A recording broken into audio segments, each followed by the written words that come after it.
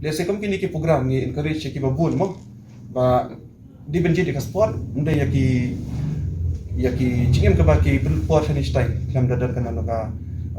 thongken Ka Bouncers Association of Meghalaya AIDS Control Society, but ka Nyautrep National Youth Fund, ringkat pat ka Meghalaya Arm Wrestling Association, kin penlong ya ka jingakun Shillong Arm Fight, ha susatham auditorium ha Shillong ha ka khatwaitrik ulber arjar arpuar. Kong shop ni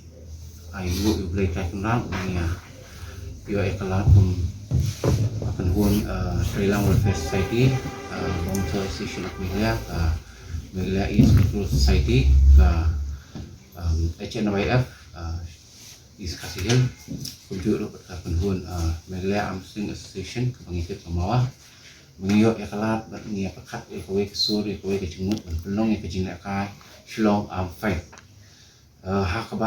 hakani kejina kai ka Meghalaya East Control Society kan shimya ka benta ban penya ya ka awareness campaign but ka pastanat kalong ba hakani kejina kai kinwan participate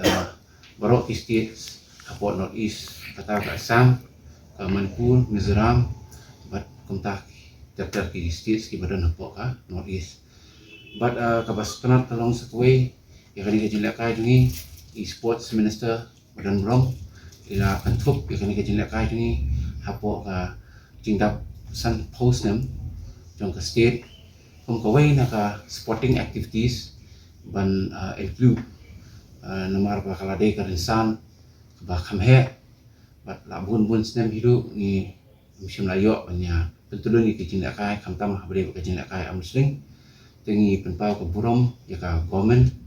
ya ka Directorate of Sports and Youth Affairs pada ala ini betul ini hitam kum kini ki awareness program bang kum mentan te lembah ki babun ki messaging mo ki strategi pengile te ngengej balik ase kinong wan jingo te wat kinong le ka ruhi ken yakiru ken long sensitize te kum kini ki organization per neru le ase mo nane khmat le ase kila ban pick up ya kum kini ki event ka awareness program te kita hi ketika bilang ba kumnang mainstream syapok ki organization ba fair kena ba makir kendong kumta ci trelang ni rengkat hi ka jupor de ka ci trelang joki hi rengkat ba no makir ki serve ki peba hi lembah ki program ba joki mangir ki serve ki hi te pangi trelang ka wei ila le se ban wanra ya ka wei ka program apli like dikit